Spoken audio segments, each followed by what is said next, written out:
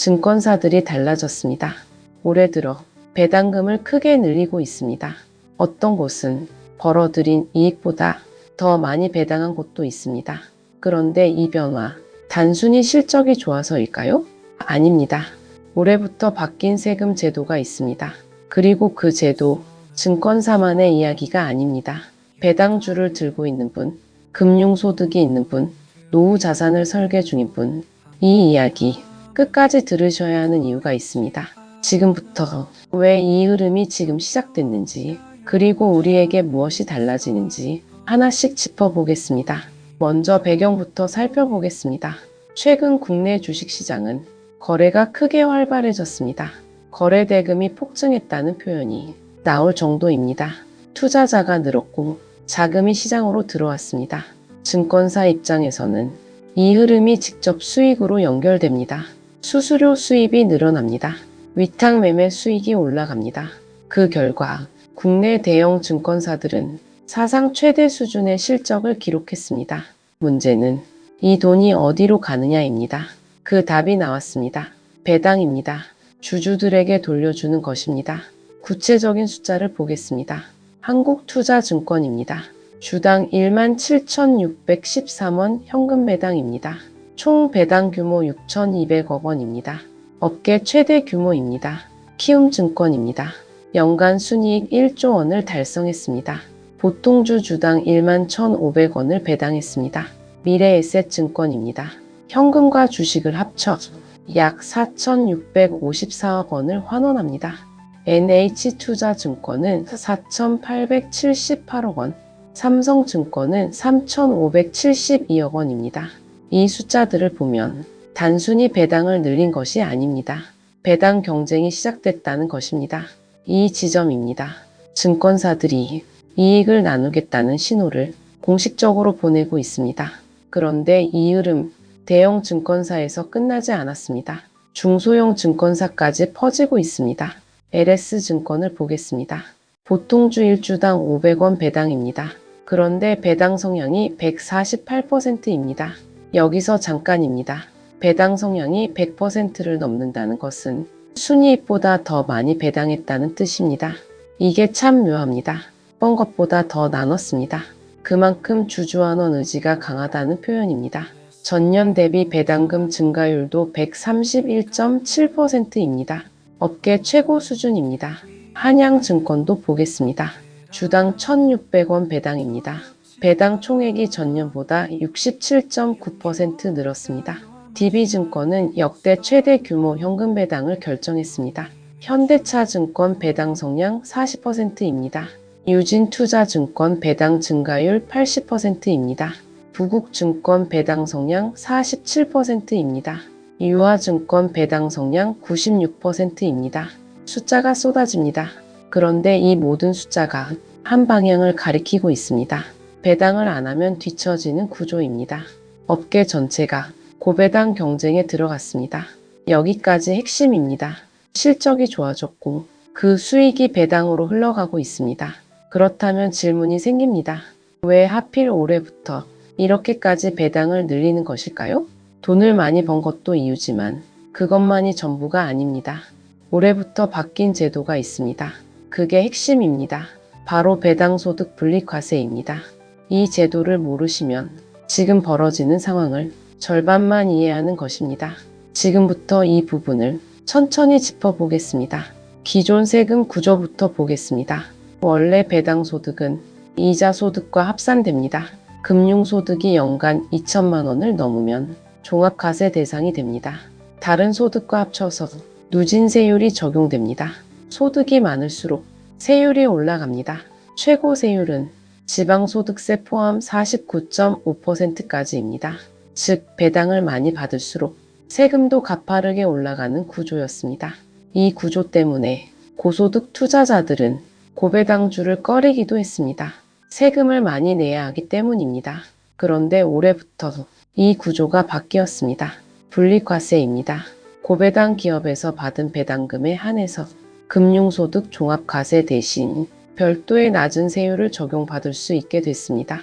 세금 부담이 줄어드는 것입니다. 그렇다면 어떤 기업이 이 혜택을 줍니까? 정부가 조건을 제시했습니다. 두 가지 중 하나를 충족하면 됩니다. 첫 번째입니다. 배당금이 전년 대비 줄지 않으면서 배당 성향이 40% 이상인 경우입니다. 두 번째입니다. 배당 성향이 25% 이상이면서 배당액이 전년 대비 10% 이상 증가한 경우입니다. 그렇기 때문입니다. 이 요건을 맞추기 위해 증권사들이 배당을 늘리기 시작한 것입니다. 세금 제도가 바뀌자 기업 전략도 바뀌었습니다. 이 지점입니다. 제도 하나가 시장 전체의 배당 행동을 바꿨습니다. 투자자 입장에서는 세금 부담이 줄어드니 배당주가 더 매력적으로 보입니다. 기업 입장에서는 배당을 늘리면 투자자들이 더 몰릴 수 있습니다. 주가에도 긍정적인 영향을 기대할 수 있습니다. 양쪽 모두에게 배당 확대가 유리한 구조가 됩니다. 이게 지금 일어나고 있는 일입니다. 그런데 이 영상 아직 절반도 안 지났습니다. 여기서 끊으시면 가장 중요한 이야기를 놓치게 됩니다. 지금부터가 진짜입니다. 문제는 이게 아닙니다.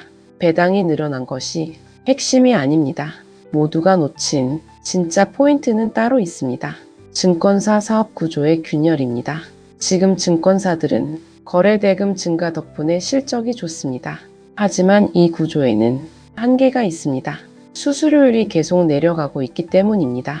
이게 참 아이러니합니다. 거래는 많아지고 있습니다. 하지만 수수료율은 낮아지고 있습니다. 거래대금이 늘수록 경쟁도 치열해집니다. 증권사들은 투자자를 유치하기 위해 수수료를 낮춥니다. 한 곳이 낮추면 다른 곳도 따라 낮춥니다. 결국 시장 전체의 수수료율이 점점 떨어지는 구조입니다. 그러면 이런 상황이 생깁니다. 거래량은 늘어나는데 건당 이익은 줄어듭니다. 단기적으로는 괜찮습니다. 거래가 폭증하면 수수료가 낮아도 전체 수익은 유지됩니다. 하지만 거래가 줄어드는 시기가 오면 수익 감소폭이 더 가파를 수 있습니다. 그렇기 때문입니다. 지금의 실적 호조가 영원히 지속될 것이라고 볼 수 없습니다. 업계 전문가들도 이 점을 지적합니다. 거래대금 호조가 배당 확대로 연결되지 않으면 주주들이 실질적인 수혜를 공유하기 어렵다. 이 말의 반대도 성립합니다. 거래대금 호조가 꺾이면 배당 유지가 어려워질 수 있다는 뜻입니다. 이 지점입니다. 지금의 배당 경쟁은 장기 구조가 아닐 수 있습니다. 그렇다면 증권사들은 어떤 방향을 찾고 있을까요? 해답은 하나로 모입니다. 고액자산가 유치입니다. 자산관리 서비스 강화입니다. 차별화된 수익 구조입니다. 수수료 경쟁이 아닌 서비스 경쟁으로 넘어가는 것입니다. 이건 개별 사건이 아닙니다. 더 큰 흐름입니다. 금융산업 전체가 거래 수수료 기반에서 자산관리 수수료 기반으로 이동하고 있습니다. 은행도 마찬가지입니다. 예금 이자 마진보다 자산관리 수수료를 강화하고 있습니다. 보험도 비슷합니다. 단순 보장 상품보다 자산관리형 상품이 늘고 있습니다. 증권사도 그 방향입니다. 그래서입니다. 지금의 배당 확대는 단순한 이익 환원이 아닙니다. 우리를 선택해달라는 기업들의 전략적 메시지입니다. 투자자를 붙잡아두기 위한 배당이기도 합니다.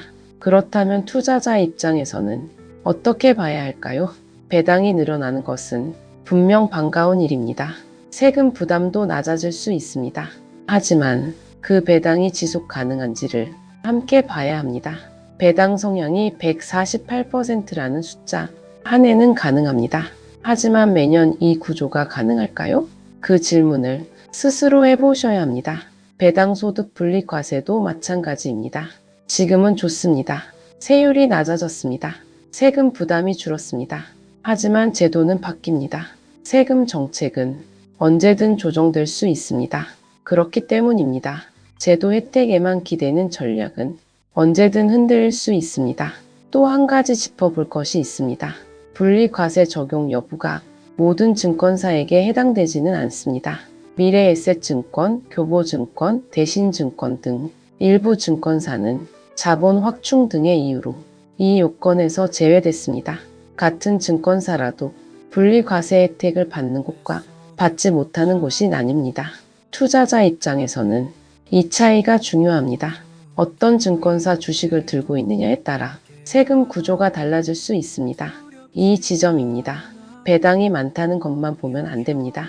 그 배당에 어떤 세금이 붙는지, 그리고 그 구조가 지속 가능한지 이 두 가지를 함께 봐야 합니다. 정리해 보겠습니다.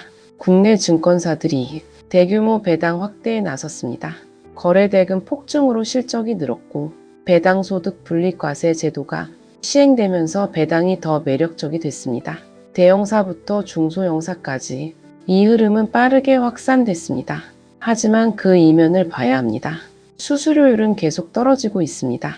거래대금 호조가 지속될 보장은 없습니다. 제도는 언제든 바뀔 수 있습니다. 지금 시장은 성장에서 환원으로 이동하고 있습니다. 얼마나 버느냐보다 얼마나 나누느냐가 투자 매력의 기준이 되고 있습니다.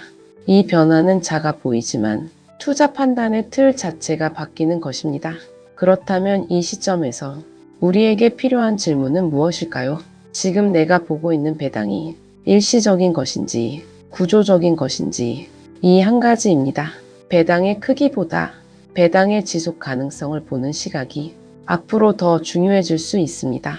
다음 영상에서는 배당소득 분리과세가 실제로 개인 투자자에게 어떤 영향을 미치는지 더 구체적으로 짚어보겠습니다.